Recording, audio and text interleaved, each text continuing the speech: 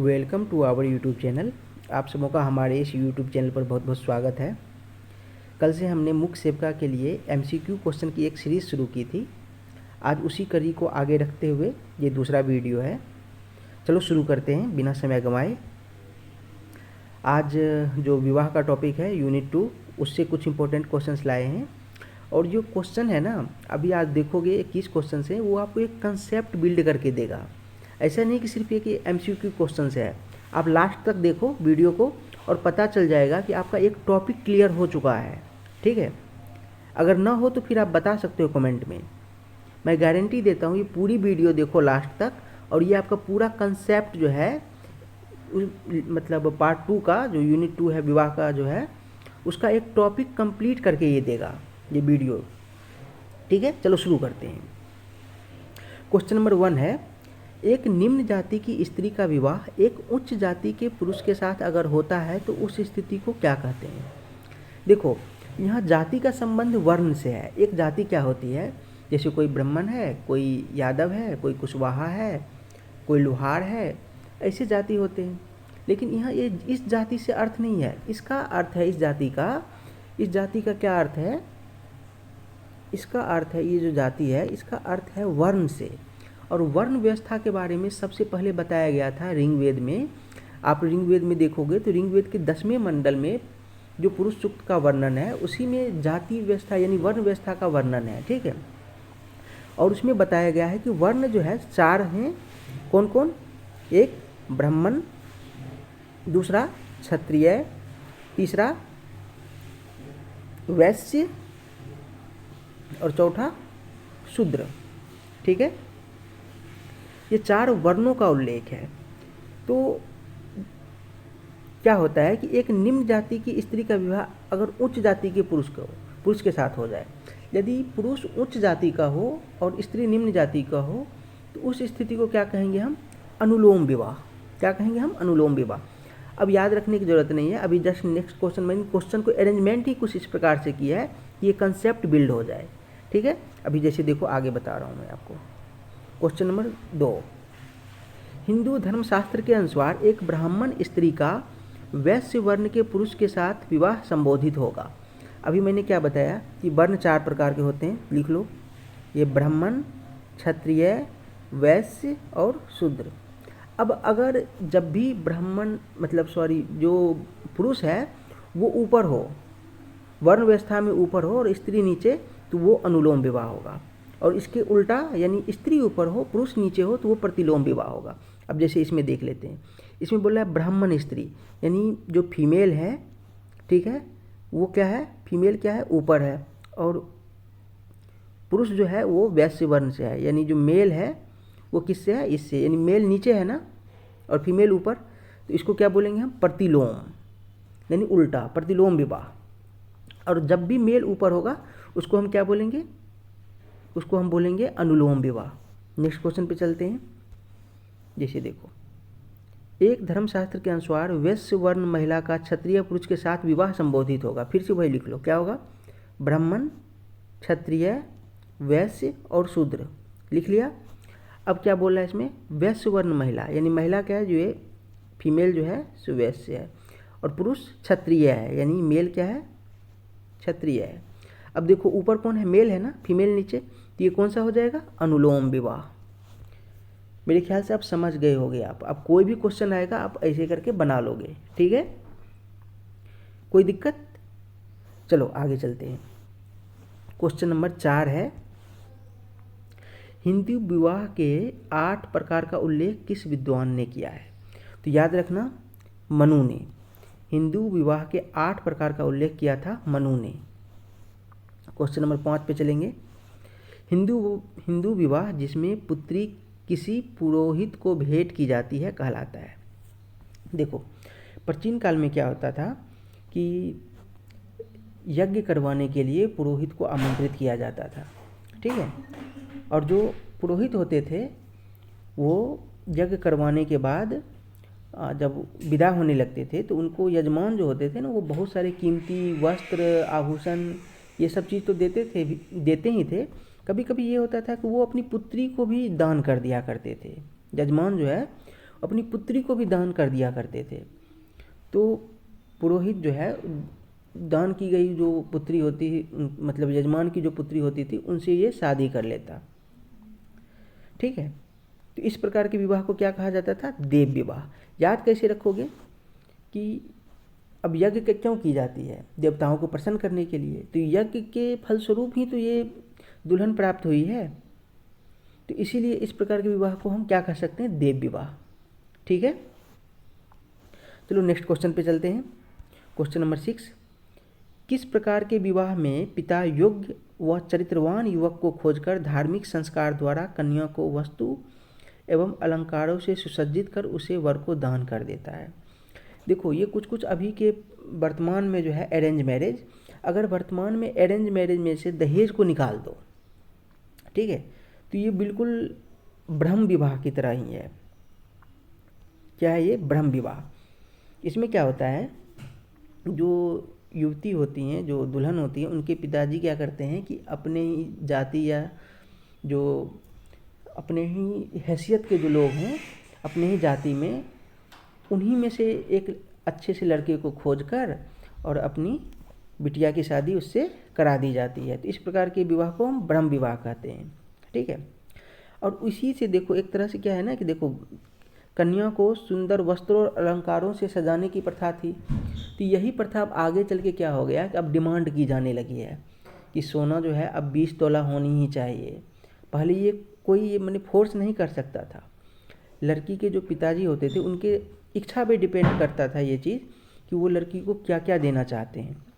लेकिन अब जो है ना बाय फोर्स कि आपको ये चीज़ देने ही होंगे, और इसी को तो दहेज कहते हैं। ठीक है, फिर भी हम मान सकते हैं कि वर्तमान में जो अरेंज मैरिज है वो कुल मिला के ब्रह्म विवाह से ही मिलता जुलता है। ठीक है, चलो क्वेश्चन नंबर 7 पे चलते हैं। किस प्रकार के विवाह में कन्या के पिता वर से 2 जोड़ी बैल लेकर अपनी पुत्री का विवाह कर दिया करते थे? तो इस प्रकार के विवाह को हम आर्च विवाह कहते हैं। इसमें क्या होता है कि ये खासकर ऋषि मुनि में हुआ करते थे। पहले ऋषि मुनि इसी प्रकार की शादी किया करते थे। इसमें क्या होता है कि लड़की के जो पिताजी होते हैं वो लड़के से या लड़के के पिताजी से 2 जोड़ी बैल ले लिया करते थे और उसके बदले अपनी पुत्री को दे देते और फिर शादी हो जाया करती।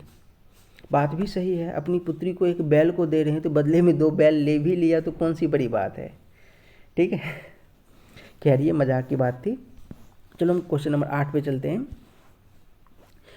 किस प्रकार के विवाह में दूल्हे की पूजा की जाती है और बड़े सम्मान और आशीर्वाद के साथ दुल्हन के साथ विवाह किया जाता है और यज्ञशाला में बैठाकर उन्हें धार्मिक उपदेश दिया जाता है, साथ ही उन्हें धर्म सहित गृहस्थ जीवन व्यतीत करने की सलाह दी जाती है?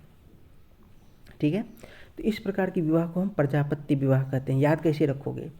देखो, इसमें क्या कह रहा है कि एक व्यक्ति को शादी भी करवा रहा है और उसे धार्मिक जीवन जीने के लिए प्रेरित भी कर रहा है। तो कुछ तुम्हें ध्यान आ रहा होगा शिव पार्वती की शादी। ठीक है, इससे ऐसे ही लिंक करना शिव पार्वती। अब शिव क्या थे? वो एक धार्मिक जीवन भी जी रहे थे और उन्होंने शादी भी की थी। ठीक है, की थी, ये तो पता ही होगा। हम लोग भी सेलिब्रेट करते हैं महाशिवरात्रि को शिव की शादी के रूप में ही, भगवान शिव की। तो ये एक परफेक्ट एग्जाम्पल है। और याद कैसे करना है प्रजापति विवाह? तो भगवान शिव के जो ससुर थे उनका नाम प्रजापति ही तो था, है ना? तो इसी से याद रखना है प्रजापति विवाह। अब हम क्वेश्चन नंबर 9 पे चलते हैं। किस प्रकार के विवाह में दूल्हे द्वारा दुल्हन का मूल्य उसके पिता को चुकाया जाता है? यह एक प्रकार का आर्थिक करार है। साधारण शब्दों में कहें तो यह एक प्रकार से क्रय विक्रय था। बात सही है। ये जो है ना, ये होता है असुर विवाह में। अब गौर से समझो ये होता क्या है। जिस प्रकार से जानवर की खरीद बिक्री की जाती है उसी प्रकार से इस प्रकार के विवाह में जो दुल्हन के पिता होते हैं, लड़की के पिता, वो अपनी बेटियों की खरीद बिक्री कर देते हैं। ये सबसे घटिया प्रकार का विवाह है। अब जैसे देखो, मान लो कि एक लड़का है ए, ठीक है, और इधर गर्ल है बी और सी, और इनके फादर हैं ये एफ। ठीक है, तो इसमें क्या होता होगा, अब सोच के देखो कि ये जो है ए, अगर इसको शादी करनी है किसी से, बी या सी से, तो ये जाके एफ से पूछेगा। क्या पूछेगा कि अंकल ये बड़ी वाली जो बी है ये कितने की पड़ेगी, जैसे बिल्कुल खरीद बिक्री होती है वैसे। तो ये एफ बताएगा ये बड़ी वाली ये तो 25 लाख की पड़ेगी। तो ये फिर बोलेगा कि अरे अंकल मेरे पास तो 10 लाख ही हैं। तो वो बोलेगा कि 10 लाख, अरे इसको तो मैं नारियल पानी पिला पिला के बड़ा किया है, तभी तो इतनी गोरी चिट्टी है, ये 10 लाख में तो ना पड़ेगी, ये छोटी को ले जाओ, ये कुरकुरे खा खा के बड़ी हुई है, कुरकुरे आलू क्या बोलते हैं, आलू चिप्स वगैरह, वो सब खा के बड़ी हुई है ये, तभी तो इसके मुंह पे पिंपल्स हैं, ये 10 लाख में ये मिलेगी। अब बेचारा संतोष कर लेता है कि अब चलो इसी से करनी पड़ेगी, जबकि ये पसंद भी नहीं है इसे, और हो सकता है कि बी भी इसे पसंद कर रही हो और ये भी इसे, लेकिन तब भी ये शादी इससे नहीं कर सकता क्योंकि इसके पास पैसे नहीं हैं। ठीक है। और उसके बाद मान लो कि तभी एक आ जाता है, एक आर, मान लो ये काफ़ी रईस है। ठीक है। ये आएगा और ये सीधे इससे पूछेगा कि अंकल कितने की है। तो बोलता है कौन, बड़ी या छोटी, बोलते हैं दोनों की बताओ। तो ये बोलता है ये बड़ी वाली 25 की है, ये 10 की है, 35 की। ये काफ़ी रईस होता है। ये बोलता है एक काम करो दोनों को पैक कर दो। ठीक है, मुझे कॉम्बो पैक पसंद है, दोनों को पैक कर दो, ये लो 50 लाख रुपये। सोचो कितना घटिया किस्म का ये साथ, मतलब बहुत ही, मतलब एक क्या कहें इसको। चलो आगे बढ़ते हैं। ठीक है। तो मतलब ये इस प्रकार के विवाह में क्या किया जाता था, खरीद बिक्री। हाँ, क्वेश्चन नंबर 10 पे चलते हैं। याद रखना असुर विवाह है ये। ठीक। 10, जब कन्या निंद में हो या नशे में हो या अचेतन हो या फिर अपनी रक्षा करने में असमर्थ हो तो उस समय उसके साथ यौनाचार करने के पश्चात उससे किया गया विवाह क्या कहलाता है।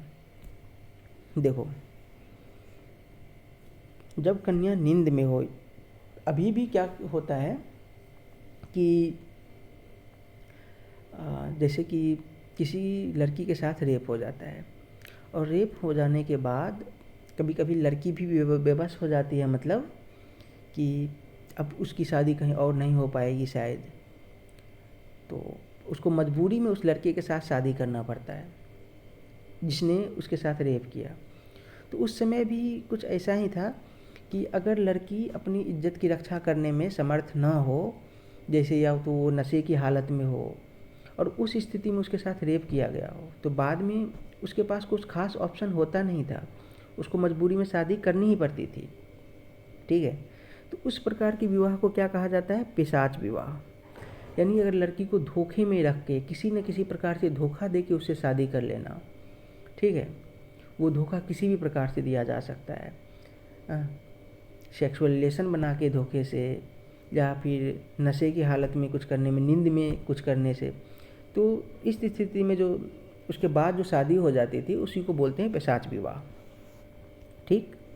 चलो नेक्स्ट क्वेश्चन पे चलते हैं। 11 नंबर, किस प्रकार के विवाह में कन्या का अपहरण करके उससे विवाह किया जाता है। देखो, इस प्रकार के विवाह को ना बहुत पहले एक बॉलीवुड फिल्म में, अब तुम्हें एक डायलॉग याद आ रहा होगा कि तुम मुझे भूल जाओ ये मैं तुम्हें, क्या है डायलॉग, ऐसा नहीं, डायलॉग ऐसा है कुछ कि मैं तुम्हें भूल जाऊं ये हो नहीं सकता और तुम मुझे भूल जाओ ये मैं होने नहीं दूंगा। ठीक है। सुनील शेट्टी साहब का डायलॉग है ये। तो ये इस विवाह में कुछ ऐसा ही होता है। मान लो कि एक लड़का है यहाँ पे ए और एक लड़की है बी। तो आमतौर पे क्या होता है, अगर लड़का ये बोलता है आई लव यू तो लड़की भी बोलती है आई लव यू टू। यहाँ पे उल्टा है, ये आई लव यू और आई लव यू टू के बाद शादी नहीं करते। अगर लड़के को पसंद आ गया ये लड़की, ठीक है, इसने बोल दिया आई लव यू, तो अब ज़रूरत नहीं है कि लड़की भी आई लव यू टू बोले। ये अगर बोलेगी कि नहीं मैं तो तुम्हें लाइक नहीं करती, तो इसका जो रिएक्शन होता है क्या होता है पता है, कि तुमसे पूछता कौन है, तुम्हें तो मैं उठा के लेके चला जाऊंगा। ठीक है। इतने घटियापन पे उतर आते हैं ये लोग। ठीक है। और राक्षस विवाह इसको क्यों कहते हैं तो ये भी सुन लो।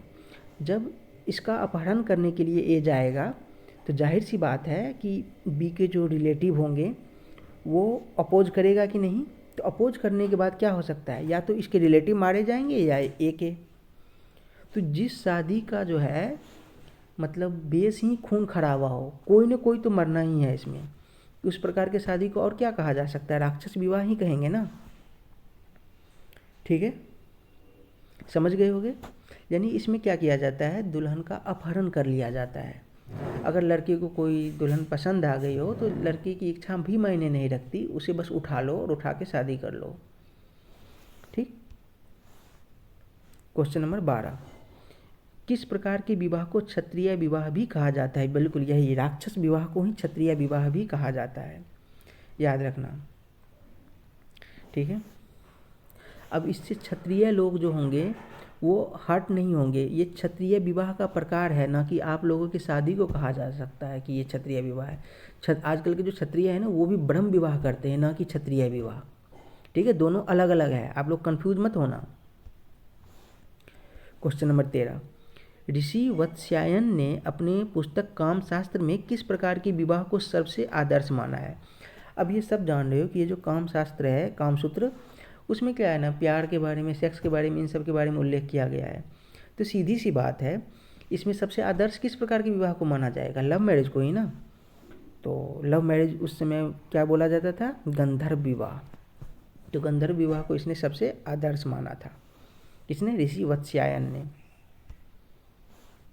क्वेश्चन नंबर 14 पे चलते हैं, किस विवाह को मनु ने अवैध कहा है।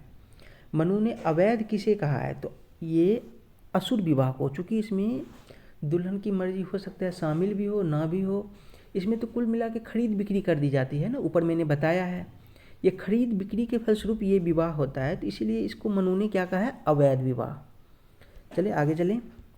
क्वेश्चन नंबर 15, किस प्रकार के विवाह को सभी विवाहों में सर्वश्रेष्ठ माना गया है। किस प्रकार के विवाह को, तो ब्रह्म विवाह जो है इसको सभी प्रकार के विवाह में सर्वश्रेष्ठ माना गया है। ठीक है, क्यों, क्योंकि ये जो ब्रह्म विवाह है आजकल के जो अरेंज मैरिज है बिल्कुल उसी तौर तरीके का है, बस इसमें एक और अच्छाई शामिल है, उसमें दहेज प्रथा शामिल नहीं थी। ठीक। क्वेश्चन नंबर 16 पे चलते हैं, निम्न जातियों या जनजातियों में किस प्रकार के विवाह का प्रचलन अधिक था। तो निम्न जातियों में ना असुर विवाह का, यानी खरीद करके शादी करने का प्रचलन बहुत अधिक था। ठीक है, क्वेश्चन नंबर 17 पे चलते हैं, निम्नलिखित में से धार्मिक विवाह है। अब देखो धार्मिक विवाह और अधार्मिक विवाह क्या है, देख लो। जो ब्रह्म विवाह है, जो देव विवाह है, आर्ष विवाह है और प्रजापति विवाह, ये 4 प्रकार के जो विवाह हैं वो धार्मिक विवाह हैं। और बाकी के जो 4 हैं, जैसे असुर विवाह, गंधर्व विवाह, राक्षस विवाह या पैशाच विवाह, ये सब जो है अधार्मिक विवाह में शामिल किए जाते हैं। ठीक है, तो इसमें धार्मिक विवाह कौन सा हो जाएगा, इसमें ब्रह्म विवाह। ब्रह्म विवाह क्या हो जाएगा, धार्मिक विवाह। नेक्स्ट क्वेश्चन पे चलते हैं, क्वेश्चन नंबर 18, निम्नलिखित में से अधार्मिक विवाह कौन सा है। तो ये तो देख लो, तीनों अभी मैंने बताया ना, पिशाच विवाह, राक्षस विवाह, गंधर्व विवाह, और इसके साथ साथ एक और कौन सा है, असुर विवाह भी है। ये सभी हो जाएंगे। ठीक है, क्वेश्चन नंबर 19 पे चलते हैं, निम्नलिखित में से धार्मिक विवाह है। धार्मिक विवाह कौन सा है, इसमें देखो तो प्रजापति विवाह। ठीक है, कोई दिक्कत। क्वेश्चन नंबर 20 पे चलते हैं, मनु ने किस प्रकार के विवाह को सबसे निकृष्ट कहा था। सबसे निकृष्ट कहा था इसने पिशाच विवाह को, क्योंकि इसमें तो रेप के फलस्वरूप शादी होती है ना, बिल्कुल इच्छा शामिल ही नहीं है दुल्हन का, बल्कि वो हर्ट हुई है उससे, मजबूरी में करना पड़ता है, और मजबूरी मतलब वो भी बहुत बड़ी मजबूरी में आके, इसीलिए मनु ने इस प्रकार के विवाह को सबसे निकृष्ट कहा है। क्वेश्चन नंबर 21, प्रोफेसर मजूमदार के अनुसार हिंदू विवाह के अब 2 ही रूप बचे हैं, वह 2 रूप कौन कौन से हैं। तो देखो अब वर्तमान में ये दोनों असुर विवाह और ब्रह्म विवाह, ये दोनों जो है हिंदू विवाह में ये 2 रूप देखे जा रहे हैं। ब्रह्म विवाह तो मैंने बताया अरेंज मैरिज जैसा ही कुछ है, और असुर विवाह जो है अभी वर्तमान में कुछ जो निम्न जाति हैं और जो खासकर जनजाति में जो आदिवासी समुदाय हैं उनमें ये असुर विवाह खूब पाया जा रहा है, ठीक है। लेकिन एक बात याद रखना, अभी जो फॉरवर्ड क्लास हैं, इनमें भी बहुत कम मात्रा में ही सही, लेकिन ये असुर विवाह थोड़ी बहुत तो पाई ही जा रही है। जहाँ ज़्यादा गरीबी है वहाँ अभी भी लोग बिटिया को बेच देते हैं। लेकिन अगर सामान्य तौर की बात करें तो फॉरवर्ड क्लास में ज़्यादातर ब्रह्म विवाह और जो कुछ आदिवासी समुदाय हैं वहाँ पे असुर विवाह। तो कुल मिला के ये दोनों जो है हिंदू विवाह के रूप अभी वर्तमान में पाए जाते हैं, ठीक है। चलो तो आज का क्लास यहीं समाप्त करते हैं। एक टॉपिक को मैंने आज समाप्त किया है कि हिंदू विवाह के प्रकार, जो 8 प्रकार हैं। कोशिश ये रही है कि आपको वो 8 प्रकार याद हो जाए, अच्छे से समझ जाओ, ठीक है। क्योंकि कई जगह तो मैंने टीचर को ही कंफ्यूज होते हुए देखा है बड़े बड़े प्लेटफॉर्म पे, कि टीचर खुद कंफ्यूज हैं इन शादी में कि कौन सा शादी एक्चुअल है क्या। लेकिन आज की वीडियो के बाद मुझे लगता है कि आप लोग एकदम पूरी तरीके से एकदम अच्छे से समझ गए होंगे कि 8 प्रकार के विवाह है क्या। और फिर मैं नेक्स्ट टॉपिक, इसी विवाह से संबंधित ही नेक्स्ट टॉपिक ला रहा हूँ। टॉपिक बाय टॉपिक करके आपको जितने भी क्वेश्चंस बन सकते हैं इस चैप्टर से पूरी तरीके से आपको याद करा दूंगा, ठीक है। साथ ही आपका कंसेप्ट भी बिल्ड हो जाएगा। तो चलिए मिलते हैं नेक्स्ट वीडियो में, तब तक के लिए टेक केयर।